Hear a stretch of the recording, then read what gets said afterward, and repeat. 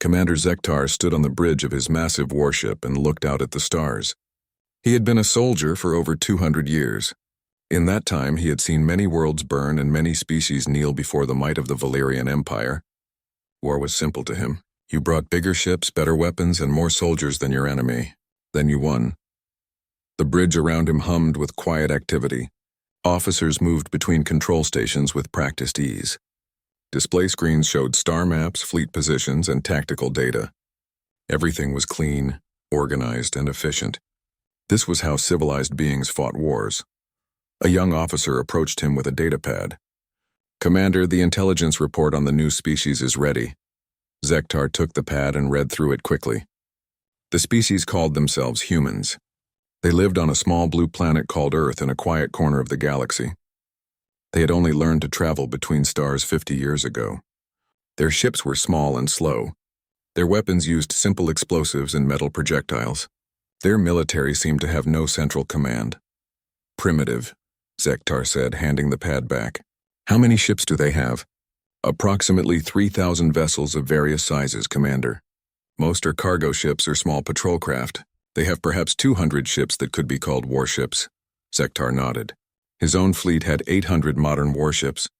Each one was more powerful than anything the humans could build. The Empire had faced similar situations hundreds of times before. Small species with basic technology always surrendered quickly when they saw the futility of resistance. "What about their ground forces?" he asked. "Fragmented, Commander. They have many different armies that belong to different nations on their planet. No unified command structure. Their weapons are basic chemical explosives and projectile weapons. No energy shields or plasma weapons." This was even better news. Valerian ground troops wore powered armor that could stop any projectile weapon. Their plasma rifles could cut through any material the humans might use for protection. A few thousand Valerian soldiers could conquer an entire human world. Zektar walked to the main display screen. It showed the human solar system with all known military installations marked in red. There were not many red dots. The humans had a few bases on their moon, some orbital stations, and scattered outposts on other planets in their system. It would take perhaps 3 days to destroy all of them. "Commander," another officer called out. "High Command is transmitting new orders." Zektar activated the communication system. The image of Fleet Admiral Corax appeared on the screen. Corax was old even by Valerian standards, having served the Empire for over 4 centuries. "Commander Zektar, you are to proceed to human space and begin incorporation protocols immediately. This should be a routine operation. The humans have been observed monitoring our scout ships, so they know we are coming. They will likely surrender without significant resistance once they understand our superiority." "Understood, Admiral. How much force am I authorized to use?" "Standard incorporation protocols apply. Destroy any military resistance, capture key installations, and demand surrender from their leadership. If they comply quickly, casualties should be minimal. The Empire prefers to add productive citizens rather than rule over graves." The transmission ended. Zektar turned to his staff officers. "Begin jump preparations. We move to human space in 6 hours. Alert all ship commanders to prepare for standard incorporation operations." As his officers hurried to carry out his orders, Zektar returned to studying the human data. He had read about their military history during his preparation. The humans seemed to spend most of their time fighting each other.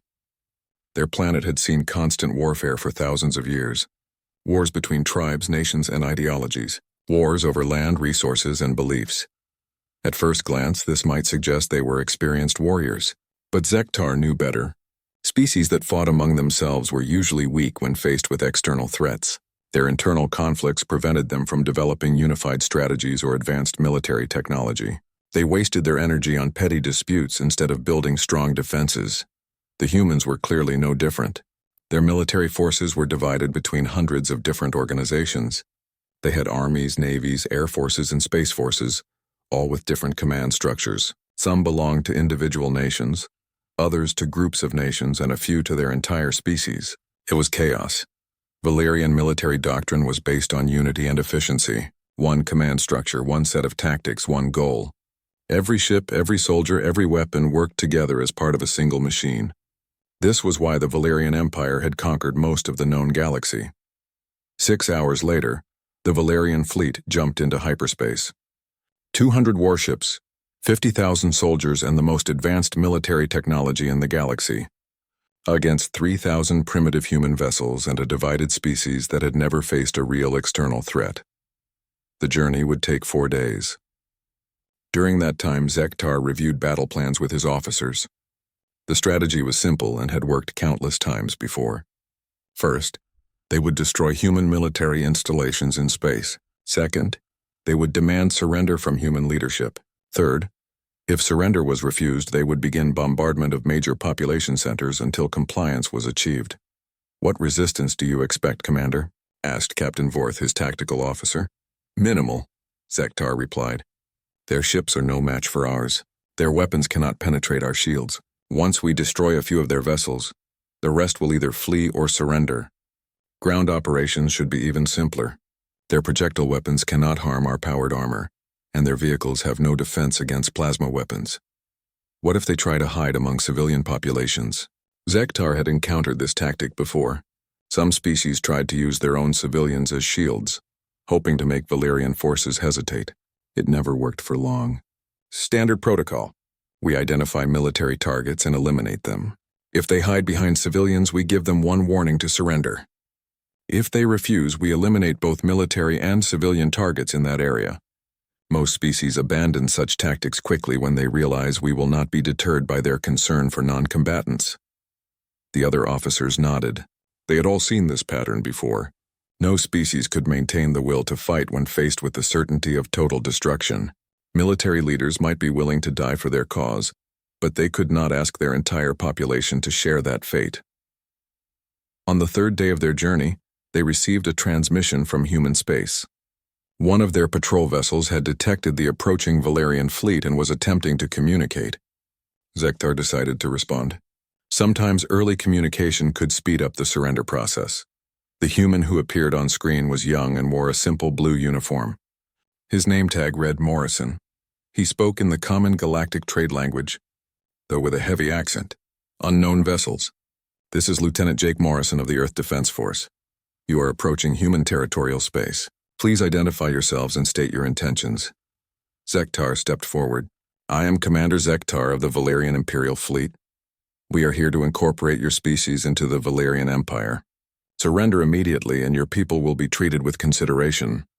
The human's face showed confusion, then concern, then something else. Zektar had expected fear, but this human looked almost angry. "I need to relay this to Earth Command. Will you wait for our response? You have 12 hours to contact your leadership and arrange surrender. After that time, we will begin military operations." The transmission ended. Zektar felt satisfied. The human had seemed shocked by the ultimatum, which was normal. Most species needed time to process the reality of their situation.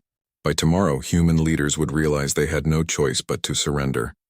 He was wrong about many things, but he would not learn that until it was too late. The 12 hours passed without any response from human leadership. Zektar had expected this. Most primitive species tried to buy time by ignoring ultimatums, hoping for some miracle that would save them. It never worked. "Begin the operation," he ordered. The Valerian fleet dropped out of hyperspace at the edge of the human solar system. Immediately, alarms began sounding throughout the human installations. Their patrol ships scattered in all directions, probably carrying word of the invasion to their homeworld. Zektar's first target was a mining colony on the 4th planet from their sun. The colony was small, maybe 5,000 humans with minimal defenses. It would serve as a perfect demonstration of Valerian power. "Launch the assault," Zektar commanded. 20 Valerian warships approached the colony. The humans had 3 small patrol boats defending it. The patrol boats fired their primitive missiles at the Valerian ships. The missiles exploded harmlessly against Valerian shields. Then the Valerian ships returned fire. Plasma beams struck the human vessels. 2 exploded immediately. The 3rd managed to launch an escape pod before it was destroyed. The entire space battle lasted less than 5 minutes. "Land ground forces," Zektar ordered. "Secure the colony and take prisoners for interrogation." Valerian dropships descended toward the colony. Each ship carried 50 soldiers in full-powered armor. Against humans with basic weapons, it should have been a simple operation. The soldiers would demand surrender, the humans would comply, and the colony would be secured within hours. But something went wrong. The first dropship to land was destroyed by an explosion that seemed to come from the ground itself.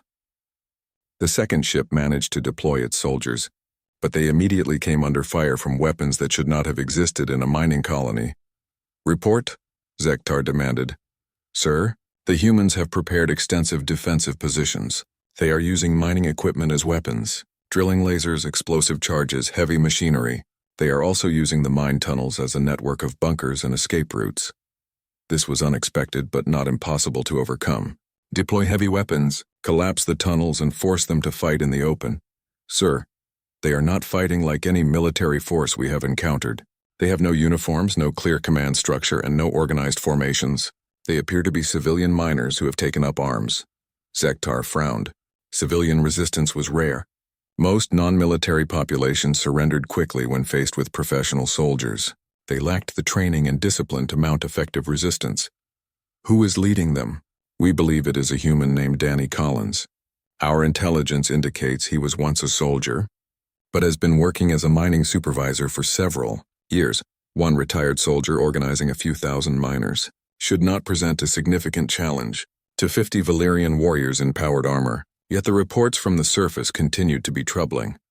The humans were using tactics that made no sense from a military perspective. They would attack Valyrian positions with mining explosives, take heavy casualties, retreat into the tunnels, then attack again from a different direction. They seemed to have no concern for their own safety. Worse, they were learning. Each attack was more effective than the last. They quickly figured out that Valyrian armor had weak points at the joints. They discovered that plasma weapons needed time to recharge between shots. They adapted their tactics faster than any species Zektar had ever encountered. "Sir," his communication officer reported, "we are receiving transmissions from the human homeworld. Display them." The main screen showed a human woman in a military uniform.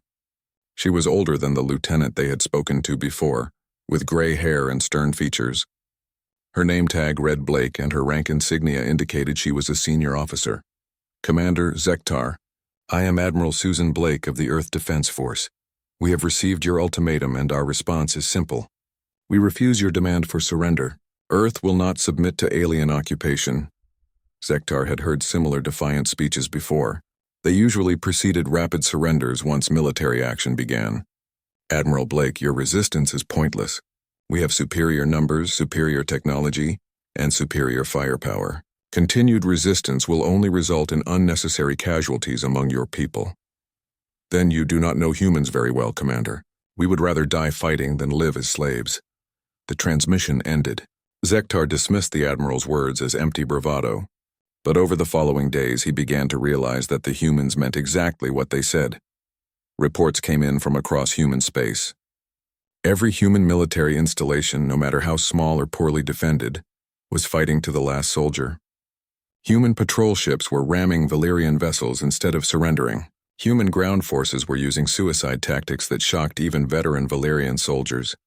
The mining colony became a symbol of human resistance. After 2 weeks of fighting, the Valyrians controlled perhaps half the surface installations. But the humans continued to fight from the underground tunnels. They had turned the entire mine into a fortress. Danny Collins had organized the miners into an effective guerrilla force. They struck at Valyrian supply lines, sabotaged equipment, and disappeared into the vast tunnel network before Valyrian forces could respond. Every Valyrian victory came at a high cost in time, resources, and soldiers, Sir, Captain Vorth reported. "We could end the resistance by collapsing the entire tunnel system with orbital bombardment." "Do it," Zektar ordered. He was tired of this minor colony tying up a significant portion of his forces.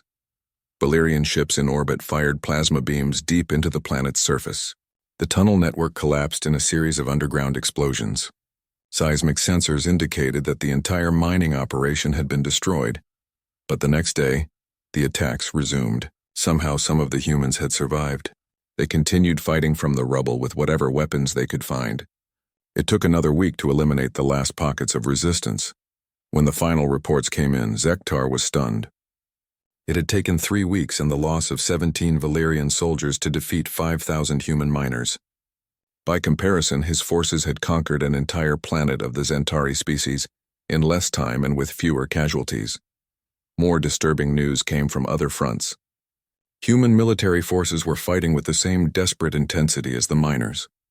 They were using weapons and tactics that no civilized military would consider acceptable. A human pilot named Kevin Park had flown his fighter directly into a Valerian supply convoy, destroying 5 ships with the explosion. Human ground forces were using their own wounded soldiers as bait to lure Valerian troops into ambushes. Human commanders were ordering their forces to fight to the death, rather than allowing any possibility of retreat or surrender. "What are we dealing with?" Captain Vorth asked during a strategy meeting. Zektar studied the tactical displays. Human losses were enormous.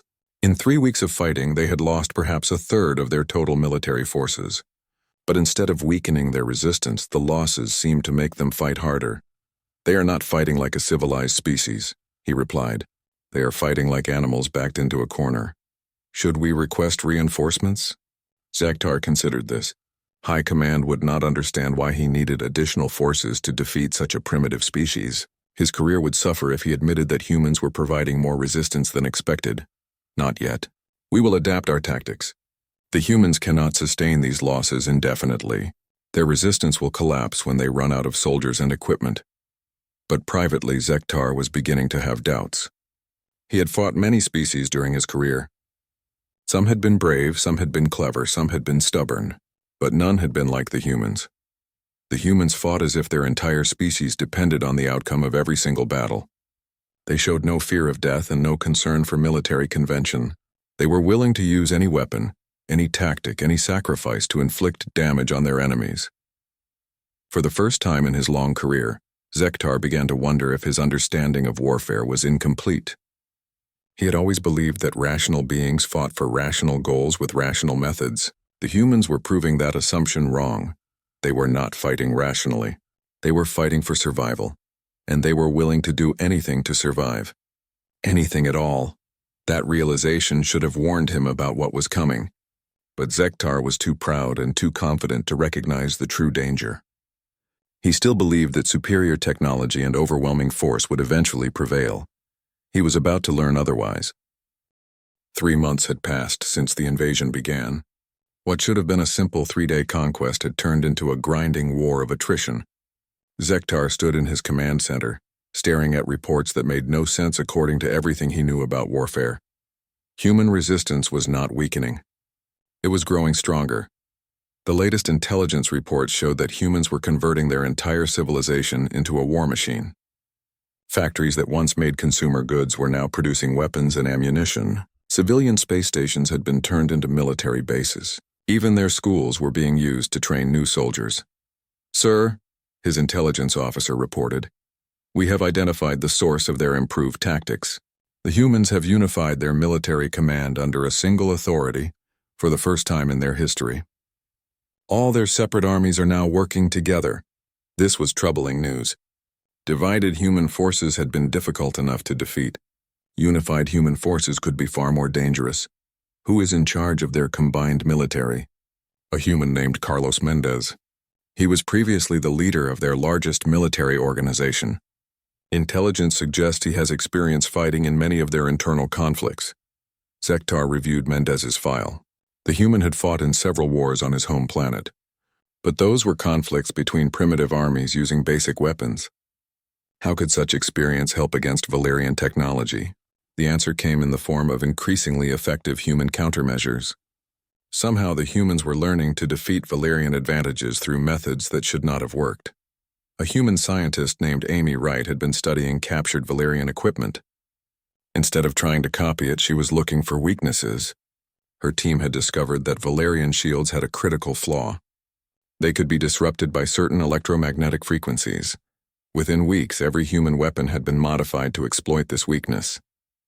Valerian shields, which had protected the Empire's forces for centuries, became useless against human attacks.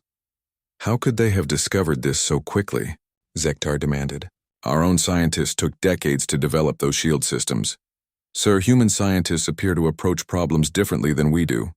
Instead of trying to understand how our technology works, they focus on finding ways to make it stop working. It is a very different mindset. This different mindset was evident in all aspects of human warfare. Valerian military doctrine emphasized efficiency, honor, and minimizing casualties. Human military doctrine seemed to emphasize winning at any cost. The most disturbing example came from the defense of Earth's moon.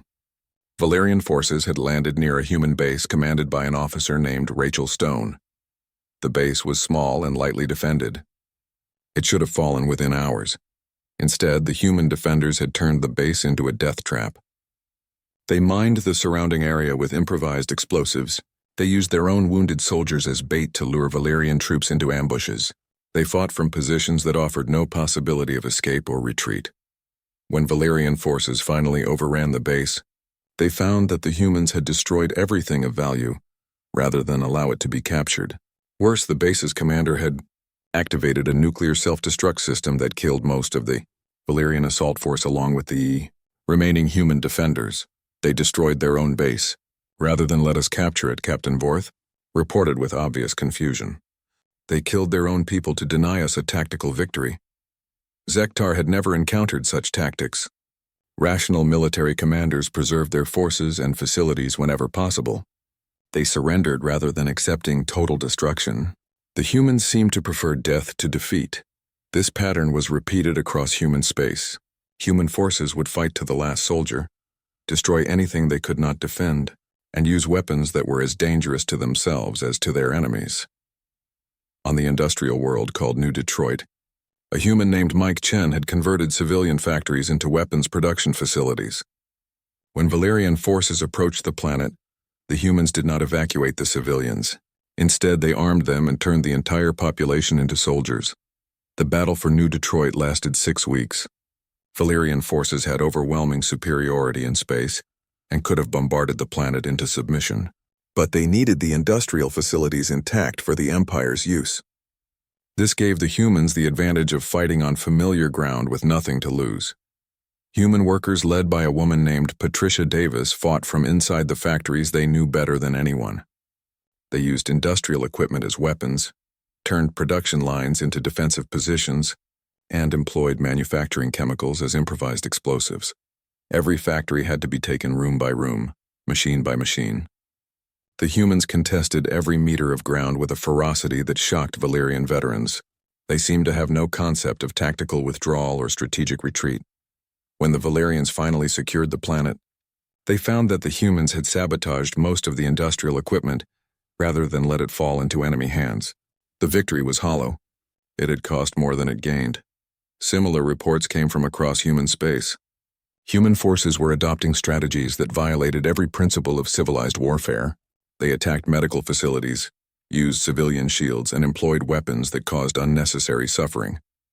Most disturbing of all, these tactics were working. Valerian forces were taking heavy casualties and suffering from declining morale. Soldiers who had conquered dozens of worlds were requesting transfers away from human fronts. Some were reporting psychological problems from exposure to human combat methods. "Sir," his medical officer reported, "we have 17 soldiers receiving treatment for combat stress. They are experiencing nightmares, anxiety attacks, and refusal to engage in ground combat. This is unprecedented in Valerian military history." Zektar could understand why. He had reviewed recordings from human battlefields. The humans fought with a savagery that was difficult to watch even for experienced warriors. They seemed to take pleasure in inflicting damage on their enemies, regardless of the cost to themselves. The turning point came when humans began using captured Valerian technology in ways its designers had never intended. A human engineer named Tom Bradley had modified Valerian plasma weapons to create devastating area effect explosives. The weapons were unstable and dangerous to use, but the humans employed them anyway. Human forces under General Paul Thompson launched an offensive using these improvised weapons.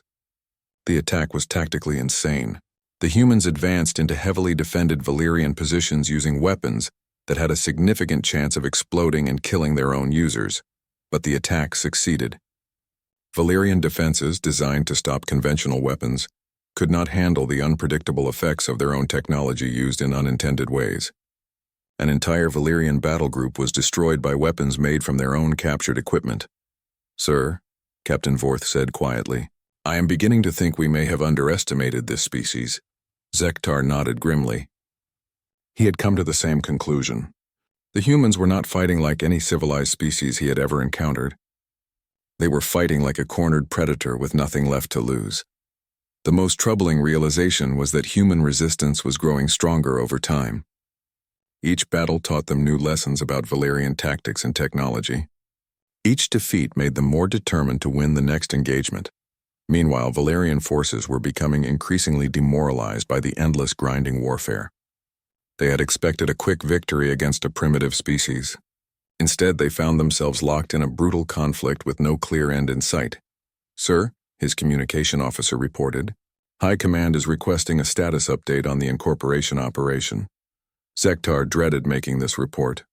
How could he explain that a species with primitive technology was providing more resistance than the Empire had faced in centuries? How could he admit that his superior forces were being fought to a standstill by determined humans using improvised weapons and desperate tactics? "Tell them the operation is proceeding according to plan," he lied. "We expect to complete incorporation within the next few months." But privately, Zektar was beginning to doubt whether the incorporation could be completed at all. The humans were proving that superior technology meant nothing against unlimited determination and willingness to sacrifice everything for victory. He was about to learn just how far humans were willing to go. 6 months into the war, Zektar realized he was no longer fighting the same species that had seemed so primitive at the beginning of the invasion. The humans had evolved, not biologically but tactically and technologically. They were learning and adapting faster than any species he had ever encountered. The latest reports from the front lines were almost impossible to believe. Human forces under General Paul Thompson were implementing strategies that seemed insane until they worked. They had begun sacrificing entire fleets not to inflict damage, but to gather intelligence about Valerian tactics and technology. In one engagement, 50 human ships attacked a Valerian battle group, knowing they would all be destroyed, but each ship was equipped with recording devices that transmitted data back to human command centers before being destroyed. The humans learned more about Valerian combat capabilities from that single sacrificial attack than they had from months of conventional fighting. "They are treating their own soldiers as expendable intelligence-gathering tools," Captain Vorth reported with obvious disgust. No civilized species would waste lives in such a manner, but the intelligence gathered from these sacrificial attacks was being put to immediate use. Human scientists and engineers worked around the clock to develop countermeasures for every Valerian advantage. Led by a woman named Sarah Johnson, human engineers were turning entire planets into weapons. Johnson had developed a technique for accelerating asteroids to incredible speeds and directing them at Valerian positions. The kinetic energy released by these improvised weapons was enormous. A single modified asteroid could destroy a Valerian battle station that would normally require weeks of conventional bombardment to defeat. "Sir," the tactical officer reported, "the humans have weaponized the Kepler system. They have placed rocket engines on 17 asteroids and are preparing to launch them at our forward bases." Zektar studied the sensor data. The human plan was brilliant in its simplicity. They could not match Valerian firepower, so they were using the basic laws of physics to create weapons more powerful than anything in the Imperial arsenal. "Can we intercept the asteroids?" "Possible, sir, but it would require most of our fleet's firepower and all our defensive missiles. Even then, we might only stop some of them." This was the new reality of fighting humans. Every Valerian advantage was met with a human counter that turned the Empire's strengths into weaknesses. The humans had learned that they did not need to match Valerian technology. They just needed to make it irrelevant. The most disturbing development was the evolution of human psychological warfare. A communications specialist named Maria Santos had developed a computer virus that infected Valerian military networks. The virus did not steal information or damage systems. Instead, it randomly played human music during combat operations. The effect on Valerian morale was devastating. Soldiers reported being unable to concentrate during battles because human songs were playing in their helmets. The music was strange, chaotic, and emotionally disturbing to Valerian psychology. It made rational thought and tactical planning nearly impossible. "How can music be a weapon?" Captain Vorth asked in confusion. Zektar had no answer. Human warfare incorporated elements that no other species had ever considered. They understood that victory required more than destroying enemy equipment and killing enemy soldiers. It required breaking the enemy's will to fight. The humans were succeeding at psychological warfare because they understood their enemies better than their enemies understood them. They had studied Valyrian psychology, culture, and military doctrine. They knew exactly which tactics would be most disturbing to Valyrian soldiers. Meanwhile, the Valyrians knew very little about human psychology. Every assumption about human behavior had proven wrong. Intelligence reports suggested that humans actually became more determined to fight when they suffered casualties, not less. This was the opposite of every other species the Empire had encountered. The most shocking example of human determination came from the defense of Earth's last major city. A Marine officer named Joe Parker commanded the defense against overwhelming Valyrian ground forces. Instead of attempting to evacuate civilians, Parker had implemented something called Protocol Omega. Under this protocol, every human in the city became a combatant. Children carried messages through combat zones. Elderly civilians operated weapon systems. Medical personnel treated wounded soldiers while fighting enemy troops. Teachers organized resistance cells. Even injured civilians were given weapons and assigned defensive positions. The city became a fortress where every building was defended. Every street was contested, and every resident was willing to die rather than surrender. Valyrian forces found themselves fighting not just soldiers, but an entire population that had committed itself to total war. "Sir," the ground forces commander reported, "we estimate that civilian resistance is causing 60% of our casualties. The humans have turned their entire population into combatants. This violated every convention of civilized warfare. Military forces fought other military forces. Civilians were protected non-combatants who surrendered when their military was defeated. The humans had abandoned this distinction entirely. Worse, the human-civilian combatants were proving remarkably effective. A woman named Nancy Clark, who had been a civilian engineer before the war, had designed self-replicating weapons that learned from combat experience. These machines were programmed not just to fight, but to evolve and improve their tactics based on battlefield feedback. The mechanical warriors created by human engineers were unlike any artificial intelligence the Valyrians had encountered. Valyrian AI followed programmed parameters and executed predetermined strategies. Human AI was designed to exceed its original programming, to adapt, and to develop new capabilities that its creators had never imagined. Within weeks of deployment, the human war machines were using tactics that no human had programmed into them. They had learned to cooperate with human forces, to predict Valyrian behavior, and to develop new weapons from battlefield salvage. "Sir," the intelligence officer reported with obvious fear in his voice, "the human machines are now creating their own offspring. They are reproducing and evolving without human supervision. Each generation is more effective than the last." Zektar felt a chill of real fear. The Valyrian Empire had faced many enemies, but never one that could create weapons that improved themselves. The humans had unleashed a force that even they might not be able to control. The strategic situation was deteriorating rapidly. Human forces were no longer simply defending their territory.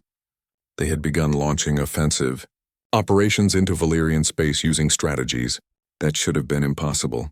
Admiral Chris Morgan commanded a human fleet that had penetrated deep into Valyrian territory using captured ships and improvised weapons.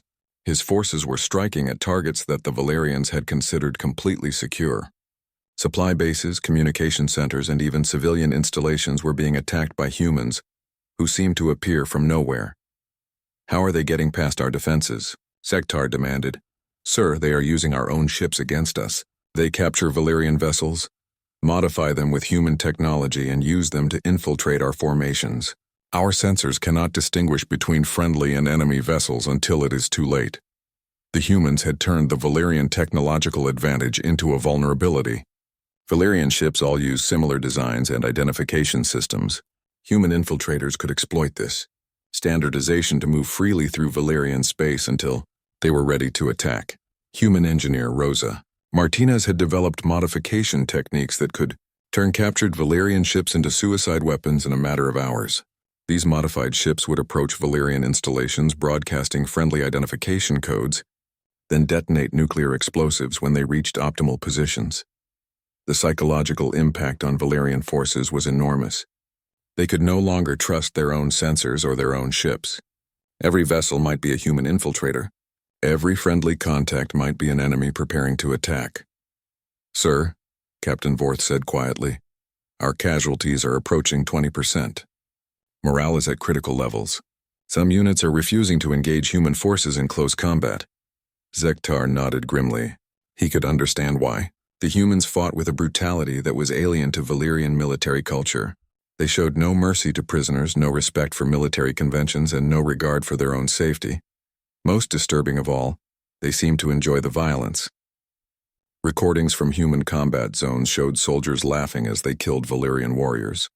They celebrated their victories by displaying captured Valyrian equipment as trophies. They treated war not as the unfortunate necessity, but as an opportunity to prove their superiority over their enemies. "Sir," the communication officer reported, "High Command is demanding an immediate status report. They want to know why the incorporation is taking so long." Zektar closed his eyes.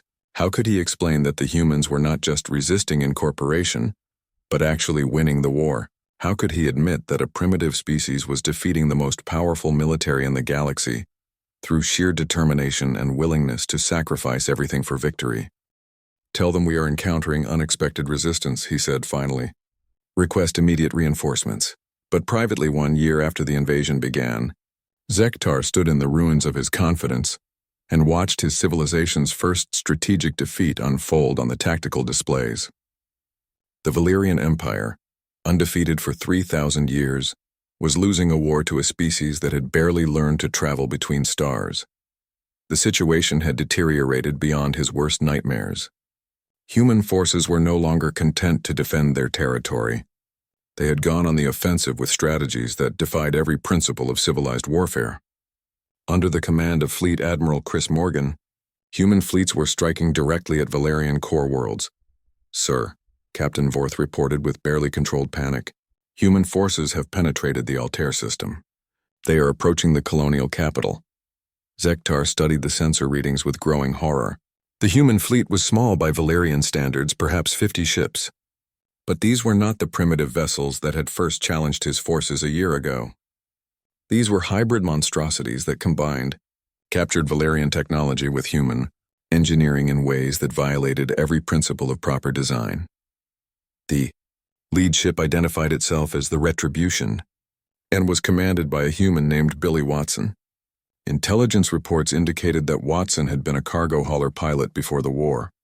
Now he commanded a vessel that had been constructed from the wreckage of 6 different Valyrian warships and powered by 3 fusion reactors that should have been physically impossible to fit in a single hull. "How can that ship even function?" the engineering officer asked in bewilderment. Zektar had no answer. Human engineering followed no logical principles that Valyrian scientists could understand. They built machines that should not work but somehow did. They modified equipment in ways that should have caused catastrophic failures but instead created new capabilities. The Retribution and its escort vessels were living examples of human ingenuity applied to warfare. They were ugly, dangerous to their own crews, and completely effective. They had fought their way through 3 Valyrian defensive fleets to reach the Altair system. "Sir," the communication officer reported, "we are receiving a transmission from the human fleet." "Display it." Billy Watson appeared on the main screen. He was younger than Zektar had expected, with scars on his face and cold eyes that spoke of too much combat experience. Behind him, the bridge of his ship was a chaotic mixture of human and Valyrian technology, held together with improvised modifications. "Commander Zektar, I presume. I am Captain Billy Watson of the Earth Defense Force. I am here to discuss terms." "Terms?" Zektar could hardly believe what he was hearing. "You are in Valyrian space with a tiny fleet facing overwhelming odds. What terms could you possibly offer?" Watson smiled, but it was not a pleasant expression. "The terms of your surrender, Commander. The war is over. You just haven't realized it yet." Before Zektar could respond, his tactical officer shouted a warning. "Sir, multiple human fleets are emerging from hyperspace throughout the system." The tactical display lit up with dozens of new contacts. Human ships were appearing near every major installation in the system, but these were not military targets. The humans were positioning themselves near civilian colonies, industrial facilities, and population centers. "You see, Commander," Watson continued, "while you were trying to conquer our little corner of space, we were learning everything we could about yours. We know where your people live. We know where your children go to school. We know where your families work and shop and sleep." Zektar felt a chill of absolute terror. The humans were threatening Valerian civilians. No civilized species had ever considered such tactics. Military forces fought other military forces. Civilians were always protected. "You would not dare," he whispered.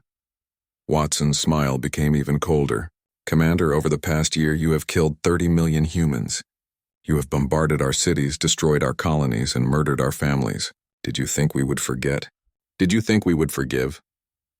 On the tactical display, Zektar could see human ships moving into position around civilian targets. Each ship carried enough firepower to destroy an entire city. There were millions of Valerian civilians in the Altair system, and they had no defenses against this kind of attack. "This is a violation of every principle of civilized warfare," Zektar protested. "Civilized warfare?" Watson laughed, and the sound was filled with bitter hatred. "You burned our children alive from orbit and called it incorporation. You turned our worlds into graveyards and called it pacification. You murdered everything we loved and called it civilization." Behind Watson, other humans were visible on the bridge. Engineer Rosa Martinez was operating weapon systems that had been modified far beyond their original specifications. Weapons Officer Sam Taylor was coordinating targeting data with mathematical precision that promised absolute destruction. "So let me explain the new rules, Commander. You are going to order all Valerian forces to withdraw from human space immediately. You are going to return all human prisoners and captured equipment. You are going to pay reparations for the damage you have caused. And you are going to do all of this within the next 6 hours. And if I refuse?" Watson gestured to the tactical display. "Then we will demonstrate what humans learned about warfare during our 10,000 years of evolution, on a world where everything was trying to kill us. We will show you what total war really means." Zektar's communication officer interrupted with another report. "Sir, we are receiving similar ultimatums from human fleets at 17 other core worlds. They are demanding the surrender of all Valerian forces and threatening to attack civilian targets if we refuse." The scope of the human operation was staggering. They had somehow managed to coordinate simultaneous attacks on targets throughout Valerian space. This required intelligence, logistics, and strategic planning that should have been impossible for such a young species. "How did they learn so much about our territory?" Zektar demanded. "Sir," his intelligence officer reported with obvious fear, "we believe they have been infiltrating our space for months, using captured ships, modified identification codes, and human agents who can pass for other species. They have been mapping our defenses and identifying targets while we thought we were winning the war. The humans had been planning this operation while simultaneously fighting a desperate, defensive war in their own space. They had been learning, adapting, and preparing for a final offensive that would strike at the heart of Valerian civilization." "Sir," Captain Vorth said quietly, "what are your orders?"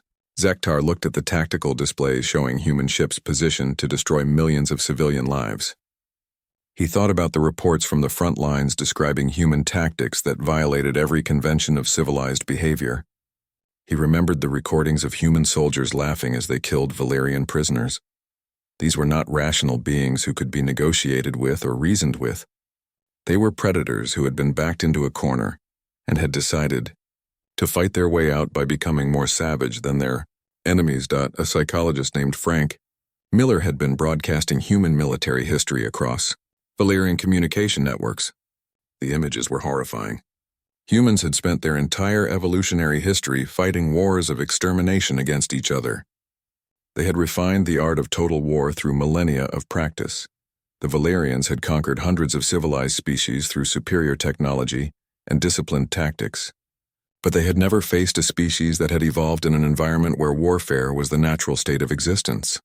"Sir," the communication officer reported urgently, "High Command is requesting immediate status reports from all fleet commanders. They want to know what is happening." Zektar closed his eyes and made the hardest decision of his long career. "Signal all Valerian forces to cease offensive operations and withdraw to defensive positions. Begin immediate evacuation of all non-essential personnel from forward positions." "Sir?" Captain Vorth looked confused.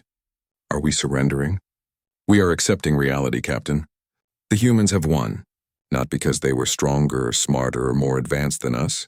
They won because they were willing to do things that we could never imagine doing." On the main screen, Billy Watson was waiting patiently for an answer.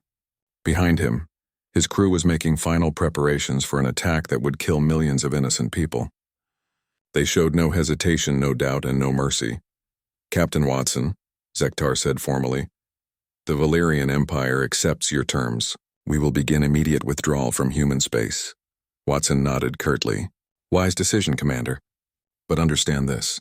If your people ever threaten humanity again, we will not be so generous. Next time we will not offer terms. We will simply eliminate the threat." The transmission ended. Zektar turned to his officers, who were staring at him in shock. In 1 year, a primitive species had accomplished what no enemy had managed in 3,000 years. They had defeated the Valerian Empire not through superior technology or greater numbers, but through absolute determination to survive at any cost. "Sir," Captain Vorth asked quietly, "what do we tell High Command?" Zektar looked at the tactical displays showing human ships withdrawing from their threatening positions around civilian Tar. 2 years after the war ended, Zektar sat in a small office on a minor Valerian world, filing reports that no one wanted to read. His career as a fleet commander was over. The Empire had demoted him to the position of human affairs analyst, a job that mostly involved trying to understand how a primitive species had defeated the galaxy's greatest military power. The peace treaty had been signed 18 months ago in a ceremony that still haunted Valerian leadership. Human diplomats, led by former Marine Colonel Jennifer Stone, had negotiated terms that were far more generous than anyone had expected. The humans could have demanded complete Valerian surrender, but instead they asked only for recognition of their independence, reparations for war damages, and guarantees of non-interference. But Zektar knew the real reason for human moderation. They did not want to rule other species. They simply wanted to be left alone to pursue their own development without outside interference. The war had been fought purely for survival, and once survival was assured, the humans had no interest in conquest. This puzzled Valerian strategists who could not understand why any species would give up such a decisive advantage. Every other civilization in galactic history had used military victories to expand their territory and influence. The humans seemed genuinely content to return to their own space and continue their own affairs. "Sir," his assistant entered the office with another stack of reports, the latest intelligence summaries from human space. Zektar accepted the documents with resignation. Reading about human activities had become his primary duty, and every report reinforced his growing understanding of how completely the Valerians had misunderstood their opponents. The first report described human reconstruction efforts in their own territory. Instead of simply rebuilding what had been destroyed, they were creating new installations that were even more advanced than what they had possessed before the war. Human engineers were combining their own innovations with captured Valerian technology to create hybrid systems that surpassed both parent technologies. Dr. Lisa Rodriguez, who had been an exploration ship captain during the war, now led a research team that was developing faster-than-light communication systems. Her work was based on Valerian quantum resonance principles, but modified with human understanding of chaos theory and nonlinear mathematics. The results were communication devices that could transmit messages across galactic distances in real time, something that even advanced Valerian technology could not achieve. The humans were taking the scientific principles they had learned during the war and using them to advance their own civilization at an incredible pace. Another report described human diplomatic activities. Ambassador Patricia Davis, who had been a factory supervisor during the war, was now responsible for establishing relationships with other species in the galaxy. Her approach was completely different from traditional Valerian diplomacy. Instead of offering protection in exchange for tribute, the humans offered technological cooperation and mutual defense agreements. They were creating a network of allied species based on shared interests rather than military dominance. Several minor civilizations that had been subjects of the Valerian Empire were now requesting human protection. They had seen what humanity could do to a superior enemy and wanted that strength on their side. The humans were accepting these requests, but only in exchange for commitments to peaceful cooperation and democratic governance. "Sir," his assistant asked, "why do the humans care about how other species govern themselves?"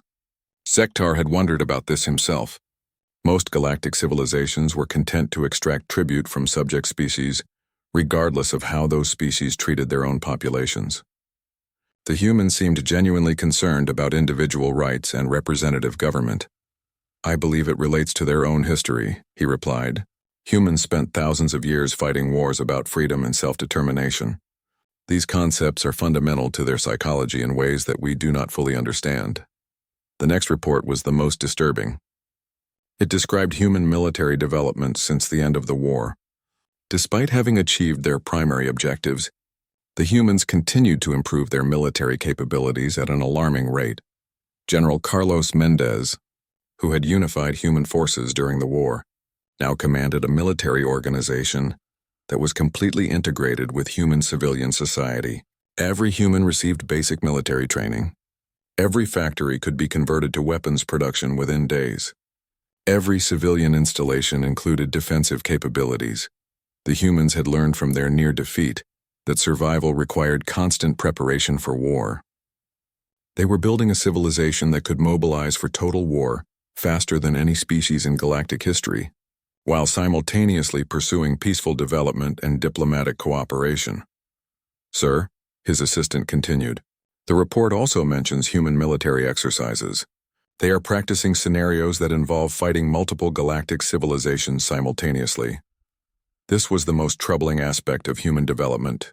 They were not content to prepare for another war like the one they had just survived. They were preparing for wars that had never been fought, against enemies that did not yet exist, using strategies that no one had ever considered necessary. Human war games involved scenarios where their entire civilization was under attack by coalitions of galactic powers. They practiced fighting while their worlds were burning, their fleets were destroyed, and their populations were under bombardment. They trained for total war under impossible conditions and developed tactics for winning anyway." Zektar understood the psychology behind this preparation.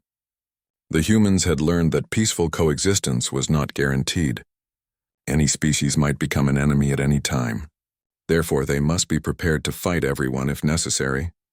But this preparation made them incredibly dangerous neighbors. No other species could match their level of military readiness. No other civilization could mobilize for total war as quickly as the humans could. They had become the most powerful military force in the galaxy, even though they showed no interest in using that power for conquest. The final report described human cultural development since the war. Artists, writers, and musicians were creating works that celebrated human victory over the Valerians. But these celebrations were not about conquest or domination. They were about survival and freedom. Human culture was being shaped by the experience of nearly losing everything, and then fighting back to victory against impossible odds. Songs were written about ordinary people doing extraordinary things. Stories were told about civilians who became soldiers, workers who became heroes, and a species that refused to surrender even when defeat seemed certain. Children who had lived through the war were growing up with a very different view of the galaxy than their parents had possessed. They understood that humanity was not alone in the universe, that other species could be both allies and enemies, and that survival required constant vigilance and preparation. These children were being educated in schools that taught both advanced sciences and basic military tactics. They learned about art, literature, and philosophy alongside weapons training and survival skills. They were being prepared for a future where humanity might need to defend itself again. "Sir," his assistant asked, "do you think the humans will attack us again?" Zektar considered this question carefully. Human behavior during the peace negotiations had been completely consistent with their behavior during the war. They had been brutal when fighting for survival, but reasonable when discussing terms for coexistence. "I do not believe they will attack us unless we threaten them first," he replied. "But if we ever do threaten them again, they will respond with everything they have learned since the last war. And they have learned a great deal. That was the real lesson of the human war. The species that had nearly been conquered was now the most dangerous military power in the galaxy. They had proven that technological superiority meant nothing against absolute determination to survive. More importantly, they had shown that defeat could be turned into victory through adaptation, innovation, and refusal to accept failure. Every setback had made them stronger. Every loss had taught them new lessons. Every victory had prepared them for greater challenges. Zektar filed his final report and prepared to leave the office. Tomorrow he would return to read more intelligence summaries about human activities, to analyze their motivations, and to try to predict their future actions. But he already knew the most important prediction. As long as humanity existed, no species in the galaxy would be able to defeat them through conventional military means. They had evolved beyond the reach of traditional warfare. They had become something new in the galaxy, a species that was simultaneously peaceful and terrifyingly dangerous, a civilization that wanted only to be left alone, but was prepared to fight the entire universe if necessary to ensure its survival. And they were very, very good at fighting. The galaxy had learned a lesson that it would never forget. Humanity had earned its place among the stars not through technological advancement or cultural superiority, but through the simple refusal to surrender when faced with extinction. That refusal had changed everything. The age of easy conquest was over. From now on, any species that wanted to survive would need to consider the human example and ask themselves a